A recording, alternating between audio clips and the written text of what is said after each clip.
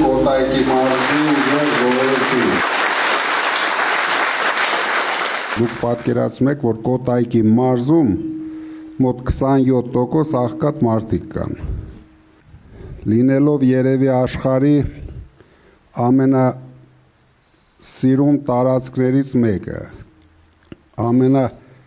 մեր ազգի կարևոր ու նշանակալից գոտիները բոլորս գիտենք Կոտայքի մարզում են։ Մեր Գառնին, մեր Գեղարդը, մեր Ծաղկաձորը, դուք պատկերացնեք չօգտագործել այդ պոտենցիալը, մարդկանց խաբելով, ֆրֆռալ, որ իրենք ինչ-որ ասֆալտ են անում, ինչ-որ դպրոց են սարքում, սրանք այսօր չեն մտածում հայ ժողովրդի մասին։ Մտածում են բերեն, ադրբեջանցիներով լցնեն մեր երկիրը, հետո նորից արդեն երկրի ներսում կսկսվի։ Սկզբից փոքր պատերազմներ, հետո կմեծանան այդ պատերազմները ու կդառնա նորից մեծ պատերազմ։ Դրա համար մենք ասում ենք, մենք գնալու ենք հաղթենք, կանգնեցնենք այս չարիքին, քանի որ սրանք ոչ միայն արտաքին չարիք են բերել մեր գլխին, ամբողջ ներսն են քանդել այս 8 տարվա ընթացքում։ Դրա համար մենք միասին պետք է օգտագործենք ամենալավ շրջաների պոտենցիալը։ Մենք հիմա Հրազդանում, չգիտեմ, հրազդանցիները եթե տեղյակ են, մեծ ծրագիր ենք անում, նոր տեցեր են կառուցում, մեկը հիմա բացում են, քանի որ տարիներ շարունակ արդեն աշխարհը չգիտեմ ուր է հասել, իրենք ոչ մեկը ոչ մի ներդրում չի արել, որ ինչ-որ փոփոխություն անի, իսկ սրանք արդեն այնքան հետ են մնացել, որ միշտ ունենալու ենք թանկ հոսանք, թանկ գազ, թանկ էլեկտրականություն, դրա համար մենք քայլեր ենք անում, որ գոնե հավասարակշռությունը պահպանենք։ Շատ մեծ տնտեսական գոտի ենք սարքում Հրազդանում, հիմա Հայաստանի ամենամեծ մետալուրգիական գործարանն ենք երևի մի ամսվա ընթացքում բացում, դրա համար մենք Հրազդանի մասով ունենք շատ լուրջ ծրագրեր, որպեսզի ժողովուրդը ունենան արժանապատիվ աշխատատեղեր, նորմալ աշխատավարձներ ստանան ու հույսները չդնեն, թե սրանք ընտրությունից ընտրություն մի 10,000 դրամով խապեն ժողովրդին, կամ դեղերը 2-3 անգամ թանկ ծախում են, բերում են իրենց գռդոնը անում են բոլորով միասին, հետո ասում են մենք դեղերի համար մի քիչ ինչ-որ արտոնություններ ենք տալիս, դուք դեղերը բերեք ճիշտ գներով վաճառեք, մարդիկ իրենք ի վիճակի գնեն, իսկ մենք ասում ենք, որ մենք միանգամից ենք իջեցնելու, մենք այդ հարցը լուրջ կուսումնասիրենք, որ մարդիկ, մեր ծերերը արժանապատիվ կյանք ունենան։ Նույն Չարենցավանում, դուք հիշում եք ինչ արտադրական պոտենցիալներ մենք ունեինք, այսօր նույնիսկ 10%-ը չի աշխատում,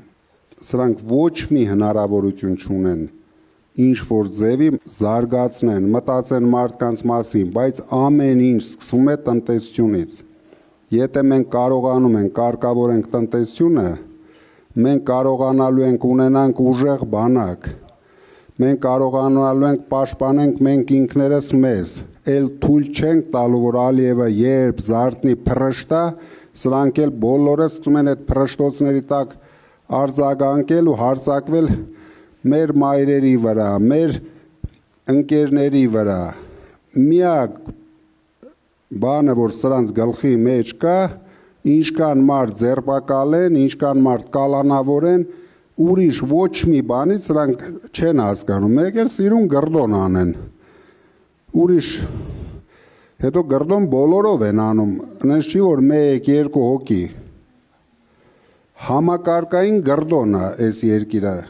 մենք շուտով ձեզ ցույց կտանք, որտեղ ինչ են կերել, իրենք ձևը գտել են տարիներով մարդկանց ոնց շանտաժի ենթարկեն, ոնց վախեցնեն, բայց հիմա այն որ ասում է փառք Աստծո, ձեր օգնությամբ,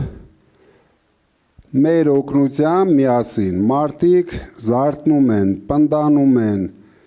ուժեղանում են, Արդեն ոչ մեկը իրենցից չի վախենում, նույնիսկ մեր տարեց մայրերը ինչ հակահարվածներ են տալիս։ Ուրիշ ձև չկա, սրանց տեղը պետք է դնենք։ Պատկերացնեք, այս մարդը իր շրջանն է, իր մարզն է հասցրել 40% աղքատների։ Ինչի համար է դա իրենց պետք։ Որովհետև աղքատ մարդկանց հեշտ է կառավարել։ Ընտրությունից ընտրություն մի երկու խոստում են տալիս, մի երկու բյուջեն քանդելով ինչ-որ հարցեր են լուծում, նույնիսկ օրենքի սահմաններում չի իրանց լուծած հարցերը։ Իրենք բյուջեն ընդունել են, հետո հիշել են, որ թոշակառուներին կարելի է ընտրության դեմը մի քիչ գումար տալ, որ իրան ձայները տանել, որովհետև ուրիշ տարբերակ չունեն, ուրիշ ասելու բան չունեն։ Ես միշտ ասում եմ, գոնե ցույց տվեք 8 տարվա մեջ, որ իրենք ստեղծել են մեկ ձեռնարկություն, բացի մեր ստեղծածից, որտեղ 200 մարդ աշխատում է։ Ես չեմ ասում 1000 մարդ, դրանից նույնիսկ չեմ էլ ուզում այդ ուղղությամբ մտածեմ։ 200 մարդ բերեն ցույց տան, բայց ես կարող եմ ցույց տալ ինչքան ձեռնարկություններ փակվել են։ Դուք գիտեք, որ մենք դրա համար փոքր բիզնեսը ազատում ենք հարկերից, որ մարդիկ հանգիստ աշխատեն, ստեղծագործեն, ոչ մեկը ժամանակ չծախսի, ոչ հարկայինի հետ, դա մոտավորապես 70,000 ընկերություն է Հայաստանում։ Այդքան մարդիկ կարող են միայն աշխատեն, ստեղծագործեն, հարստանան, որովհետև մեր նպատակը ժողովրդին հարստացնելն է։ Մենք իրենց հարստացնելու ենք, չկասկածեք դրանում։ Դա ոչ մեկը չի կարող անել, բայց մենք անելու ենք ձեզ հետ միասին։ Դուք գիտեք, ես էլ գյուղում ծնված, մեծացած մարդ եմ։ Շատ լավ գիտեմ գյուղացու խնդիրները, շատ լավ գիտեմ շրջաների խնդիրները։ Դրա համար ամեն ինչ անելու ենք։ Մենք շատ մեծ ներդրումներ ենք բերելու։ Լսել եք, որ մենք տուրիզմի զարգացման վրա հայտարարել ենք 1 միլիարդ ներդրում, մասնավոր ներդրում, ոչ թե սրանց ման բյուջեն քաշեն, կեսը լցնեն ջեբերը, կեսն էլ, չգիտեմ ինչ են անում, նույնիսկ պատկերացնելն էլ անհնար է, թե սրանք 8 միլիարդ, 8.5 արդեն միլիարդ դոլար ինչ են արել։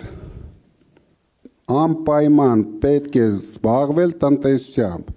48,000 տուրիստ ընդամենը մտնում է Կոտայքի մարզ, այն դեպքում, որ կա Գառնի, կա Գեղարդ, կա Ծաղկաձոր, հələ 45,000-ն էլ մի հատ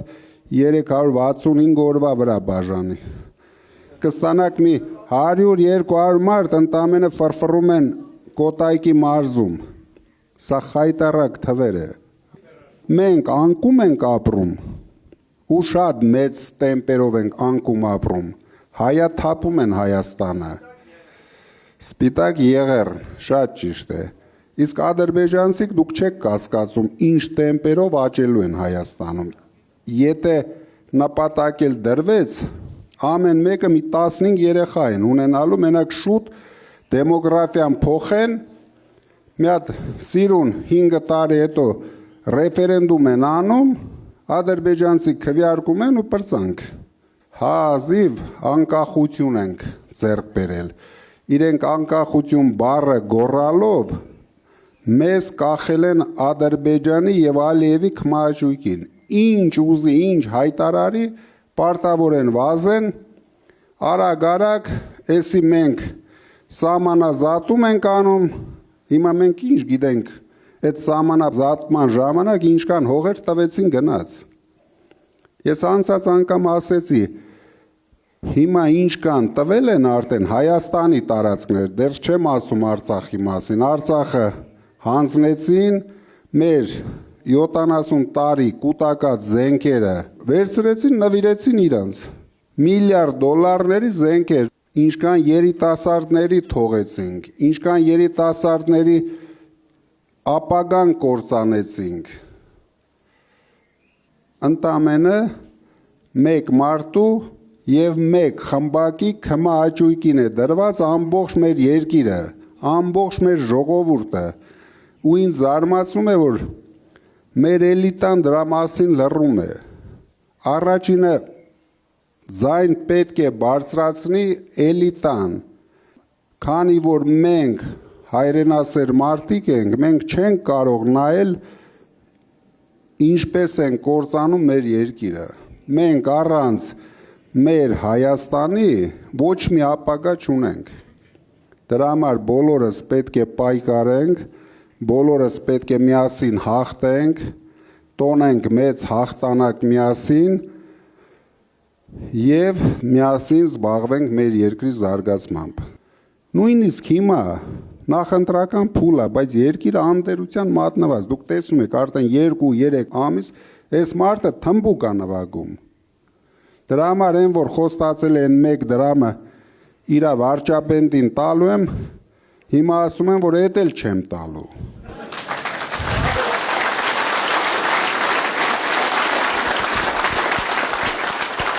Ճիշտ ասած 20 թվականից քայլել եմ բոլոր շարժումների հետ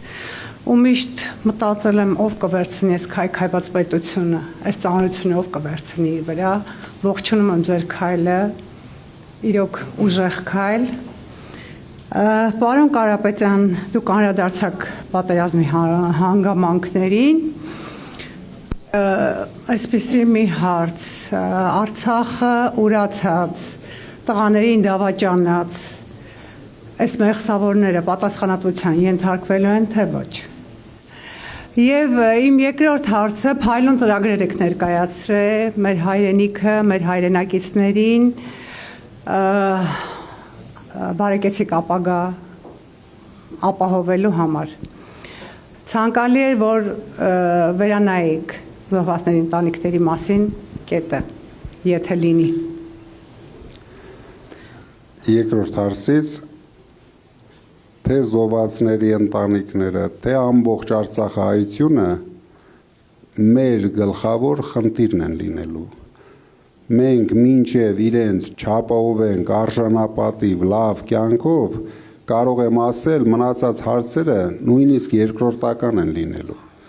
որովհետև մարդիկ կորցրել են իրենց ամենակարևորը։ Մենք Արցախի հայատապման ժամանակ մոտ 1500 ընտանիք տեղավորեցինք Տաշիրում։ Մենք մեր հնարավորությունների սահմաններում ամեն ինչ արել ենք, հիմա անելու ենք պետության հնարավորությունների սահմաններում։ Պետությունը պետք է կանգնի բոլոր այն մարդկանց կողքին, ովքեր հայրենիքի համար թե զոհվել են, թե վիրավորվել են։ Դա անպայման պետք է լինի, իսկ ինչ վերաբերվում է պատժվելուն, ես ասել եմ արդեն բոլոր դավաճանները պատժվելու են։ Օրենքի սահմաններում։ Մեծարգո պարոն վարչապետ։ Շնորհակալություն։ Դու ամենալավն ես, վարչապետ ջան։ Ես հարց չունեմ, սիրելի ժողովուրդ։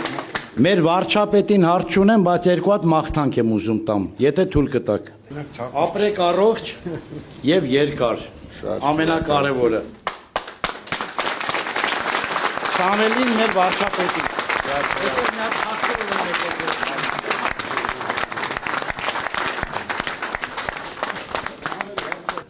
Բարև ձեզ, պարոն վարչապետ։ Բարև ձեզ։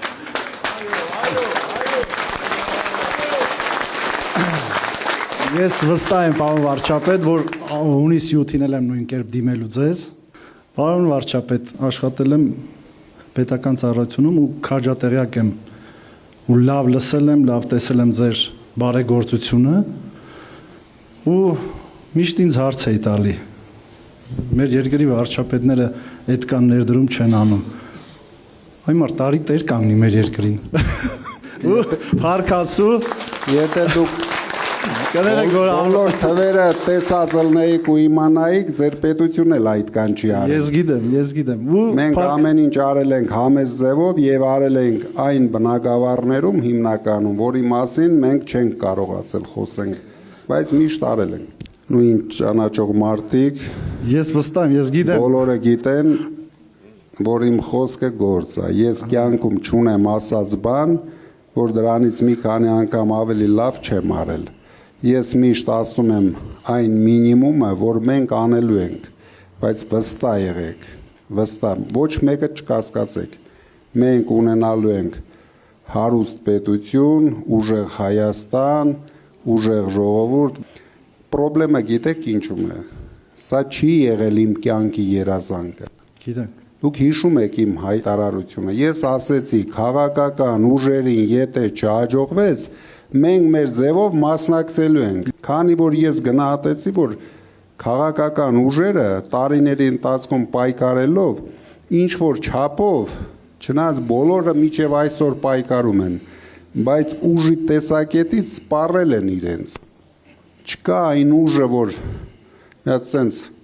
անի ու վերջացնի։ Հիմա մենք ձեզ հետ այս շարժումը պետք է անենք, ուրիշ ձև չունենք։ Այո։ Սամվել վարչապետ։ Եվ դուք մի պատկերացրեք, եթե մենք մեր ձևով չմասնակցենք հիմա։ Դու պատկերացրեք, ինչ է կատարվելու։ Ինքը գնալու է նստի, են թմբուկի վրա նվագելով նորից մեր ժողովրդին տանի դեպի թրկացում։ Հասկանում եք ինչ իմաստն է խոսքը։ Այո։ Քանի որ մենք հարցումներ ենք անում, նույնիսկ դուք կարող է չպատկերացնեք, բայց ՔՊ-ի ընտրողների 17%-ն էլ մեզ լավ են վերաբերվում։ Չեն ընտրում մեզ, բայց լավ են վերաբերվում։ Դա բացառիկ արդյունք է։ Այսինքն իրենց 2/3-ը ժողովրդի, ով իրենց ընտրում է, մեզ լավ վերաբերվում է, բայց չի ընտրում։ Իսկ գիտեք ինչ չի ընտրում, որովհետև մարդը շատ դժվար է ընդունում, որ ինքը սխալվել է, ինքը միշտ ուզում է համոզի, որ չէ, ինքը ճիշտ է արել։ Հետո հասկանում եք, այս տղան սահման չունի, ինքը դուրս է գալիս, իմ տարիքի մարդիկ երևի կհիշեն, մեր գյուղերում դες զբաղմունք չկար, մենք բոլորս, դուք երևի կհիշեք, ամեն տարի սպասում էինք, որ գյուղում գա այդ լարախաղացները, հիշում եք, չէ? Փալևաները, դուք էլ եք տեսել դա, ու հիշում եք, այդ փալևաների ինչով էր հետաքրքիր, որ յալանչի կար հետները։ Փող էր մուրում։ Այն այդ հիմա յալանչի դերն է տանում, փողոցները ընկած մարդկանց զբաղացնում է։ Նույն բոլորը իմ հետ համաձայնվեցին, որովհետև ես միշտ իրեն նայելով, իր ընտրապայքարը նայելով, միշտ հիշում եմ այն մեր գյուղի յալանչիներին, որ գյուղ մարդկանց հետևից հիշում եք, վազում, քաշքշում։ Այս ֆորմատը շատ լավ ֆորմատ է, որ հույսով եմ, ես վստահ եմ, որ դուք վարչապետ եք, բայց ֆորմատը ժողովրդի հետ լինի, ոնց որ ինքը խափեց չեղավ, 8 տարի հետո սկսում էր սենց անպագորգոր բառեր խոսել, հնարավոր է, որ մեր մեջից մարդ կլինի, որ առաջարկ կանի հանուն պետության, որ լավ բան լինի։ Մենք դրա համար ստեղծելու ենք հատուկ կառույց։ Ես ձեզ պարզ եմ ասում։ Ես ձեր օգնության կարիքը ունենալու եմ։ Ամեն շրջանի գյուղացիները իրենց խնդիրները ավելի լավ են իմանալու, քան մենք։ Ասենք Արարատյան դաշտավայրում մի խնդրեմ կա։ Սյունիքում ուրիշ խնդրեմ կա։ Կոտայքի մարզում ուրիշ խնդրեմ կա։ Բոլոր գյուղերում, բոլոր շրջաներում կան մարդիկ, ազդեցիկ մարդիկ, փորձառու մարդիկ։ Ընդամենը շատ մարզել չունենք, 10 մարզ ունենք։ Ասենք մի ամսում կարելի է այսենց հավաքել, նու թող չլինի 300 մարդ, թող լինեն 500 մարդ։ Բայց քննարկել է պետք, ինչն ամենաառաջնահերթը։ Մենք շատ լուրջ ուշադրություն ենք դարձնելու էկոլոգիայի վրա, որ մեր քայլերը պետք է գեղեցկացնեն, այլ ոչ թե փչացնեն, ասենք Սևանը, Ծաղկաձորը, հիմա դուք տեսնում եք,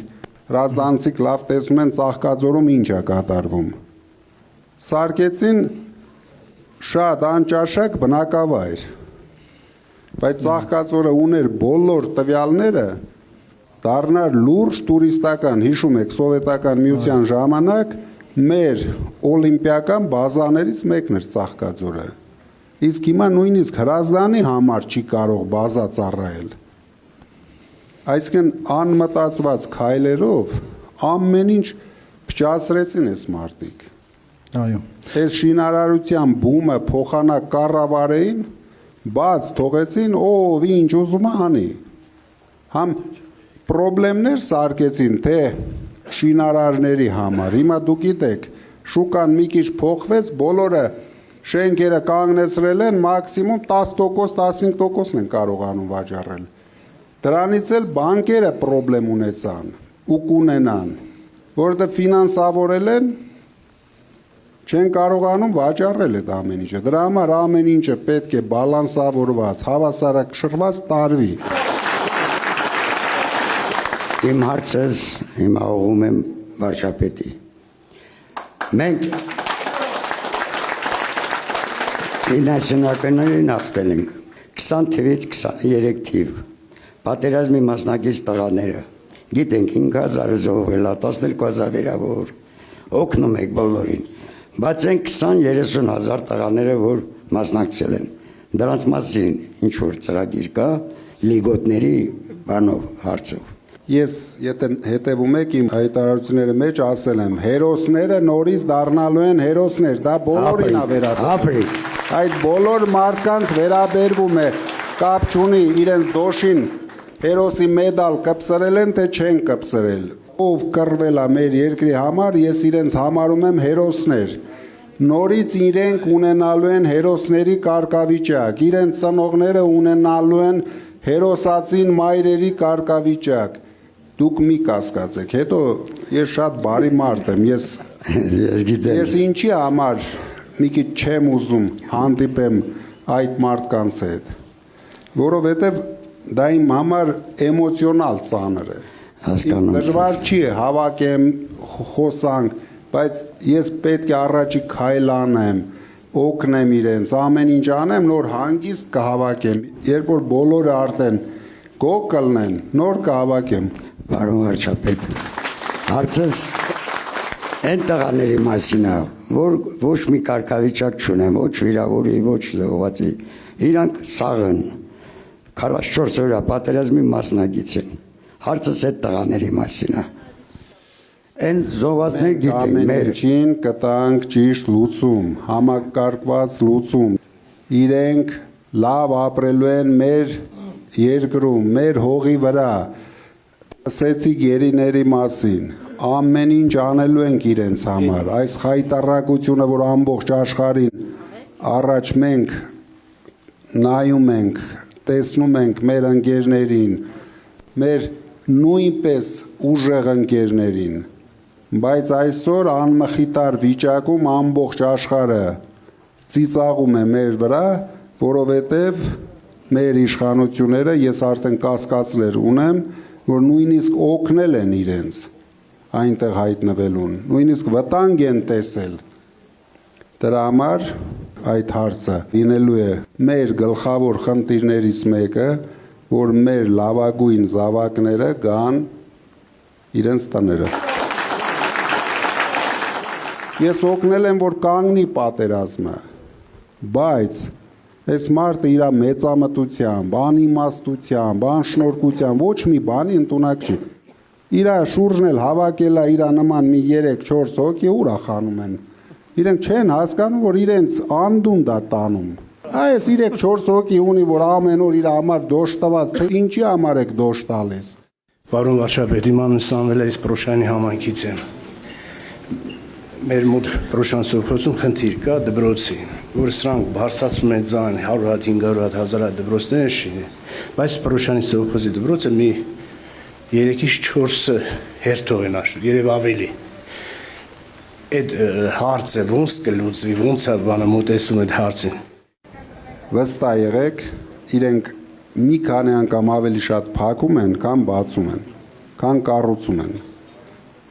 Այդ կառուցածներն էլ իրենք չեն կառուցում, որ գյուղերը օգտվեն, երեխաները օգտվեն։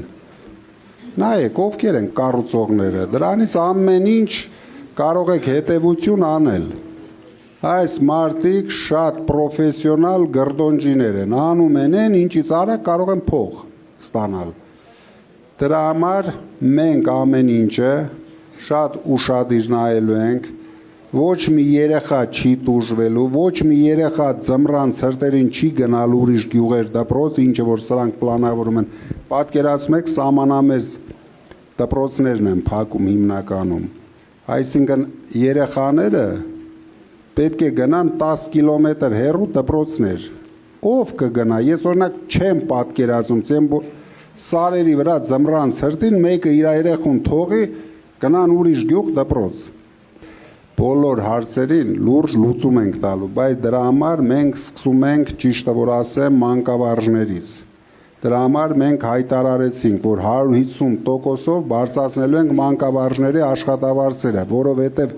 մեզ պետք է մանկավարժները գնան գյուղեր, նորմալ աշխատավարձ, լավ աշխատավարձ ստանան, դառնա հարգի մասնագիտություն, որ մարդկանցից պահանջես լավ գրագետ երեխաներ։ Ես պատկերացնում եմ այն մակարդակը, ինչը որ այսօր կա, մարդիկ ստանում են 100,000 դրամ։ Ես մանկավարժի ընտանիքից եմ, ես այդ խնդիրները գիտեմ, պրոբլեմները գիտեմ, անելու ենք ամեն ինչ, որպեսզի սկսենք կրթությունից։ Ուրիշ ձև մենք չունենք, հիմա որ մենք մեր ժողովուրդը այս վիճակին է ու Նիկոլ Անդրոն, դա այդ խնդիրներից էլ է գալիս։ Պետք է ամբողջ երկրի բոլոր խնդիրներով զուգահեռ զբաղվենք։ Դրա համար, կներեք հայրիկ ջան, մենք ստեղծում ենք, գիտեք, գյուղացիների, գյուղատնտեսության համար հատուկ ընդունման կետեր, որ գյուղացին ինքը գործ չունենա հաշվարկի, վարկերի հետ, ինքը միայն պետք է մտածի արտադրության մասին, ինքը տարվա սկզբին պետք է իմանա տարվա վերջի իր եկամուտը, ֆիքսի գնա աշխատի։ Մենք երաշխավորելու ենք գյուղացու եկամուտը, տարվա սկզբին ինքը գալիս է, պայմանագիր կնքում է,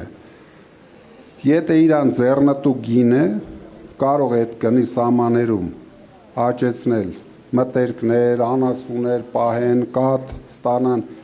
ինչ ուզում են անեն, իրենք դրա եկամուտը առաջի օրը հաշվարկը պետք է ունենան իրենց գրպանում, որ չստացվի, որ սեզոնը լավը չէր, մարդիկ մնացին բանկերի տակ, մեր բանկերն էլ փառք ասու, արդեն գիտեն ոնց նեղացնեն այս ժողովրդին,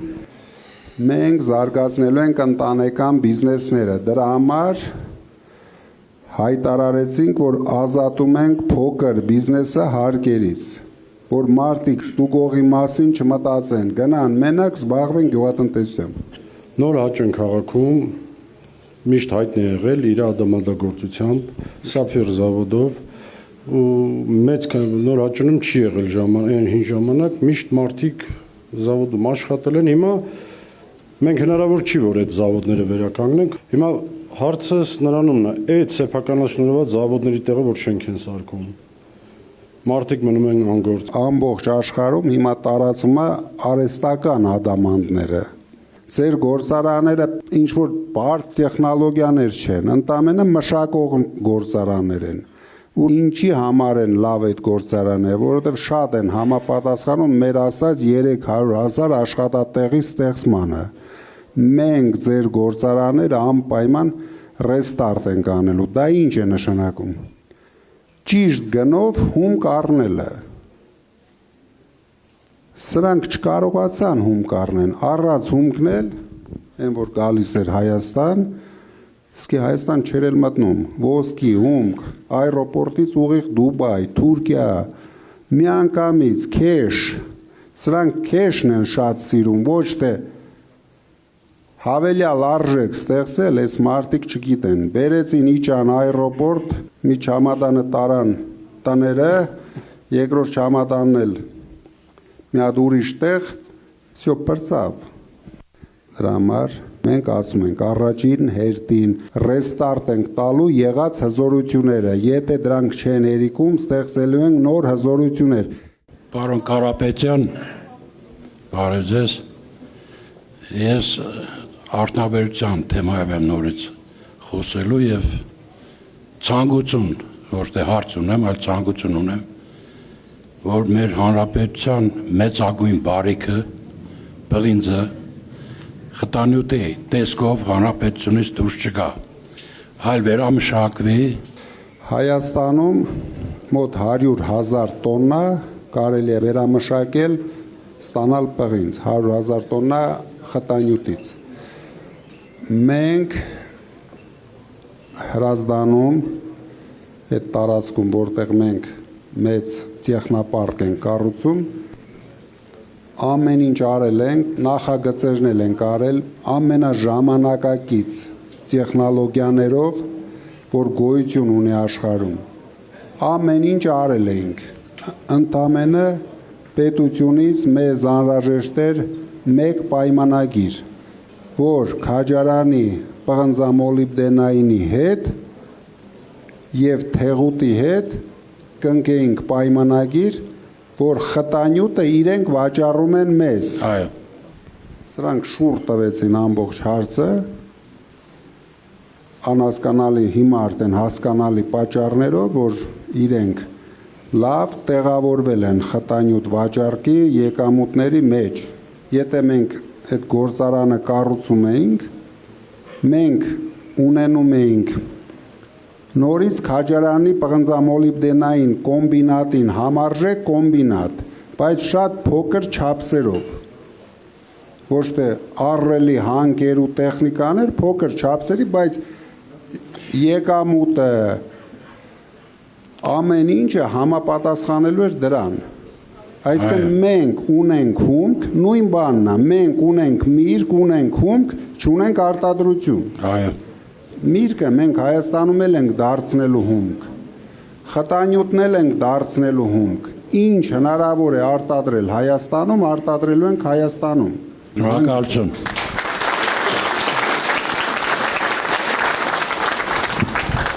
Ես կրթության ոլորտի այս սխալ ընթացող ուղու մասին եմ ուզում հարցնեմ ձեզ։ Մենք տարիներ շարունակ վատ որակի կրթություն ենք մատուցում մեր մատաղ սերնդին եւ այսօրվա իրավիճակը արդեն կանխատեսելի էր վատ որակի կրթություն ունենալու հետևանքով։ Ուզում եմ հասկանամ, պարոն Կարապետյան, ապագայում մենք ինչ քայլեր ունենք կատարելու միասին, որպեսզի մեր կրթության որակը բարձրանա։ Պետք է բոլոր աշխատողները, թե ուսուցիչները, թե բժիշկները, թե մշակույթի աշխատողները առաջի հերթին ապահովեն արժանապատիվ աշխատավարձով։ Դրանից հետո մենք բոլորից շատ պահանջելու ենք։ Դրանից հետո գնալու ենք ժամանակակից ճիշտ կրթական համակարգեր ստեղծենք, դպրոցներից սկսած,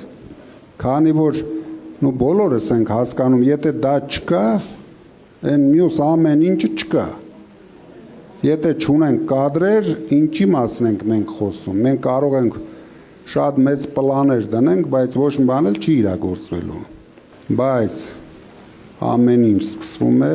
հունիսի 7-ից։ Մենք ունենք բոլորս միասին գլխավոր հարց լուծելու։ Կա մի բան, որի համար ժամանակ չեք ունեցել ձեր հաջողության ճանապարհին։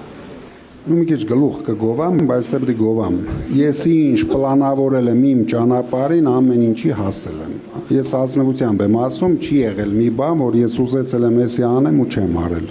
Նու, այդպես է ստացվել։ Չի եղել։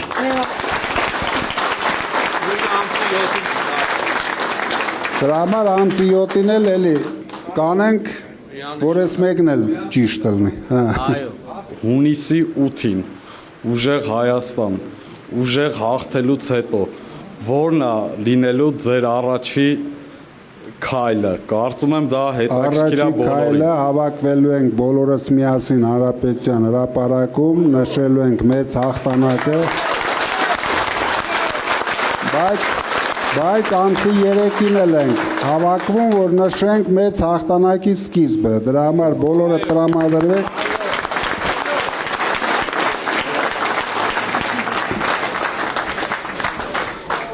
Ձեզանից շատ շնորհակալ եմ, շատ լավ ինձ համար համենայն դեպս հաճելի ժամանակ անցկացրեցինք։ Ես վստահ եղեք հասկանում ու պատկերացնում եմ ձեր բոլոր խնդիրները, բոլոր խնդիրները, շատ չեմ ուզում մասնավորեցնենք, բայց վստահ եղեք ամեն ինչ հասկանում եմ ու ամեն ինչ անելու ենք մարդու համար, ոչ մեր գրպաների համար։ Մենք ամեն ինչ անելու ենք, որ մեր ժողովուրդը լցնի վերջապես լցնեն իրենց գրպաները։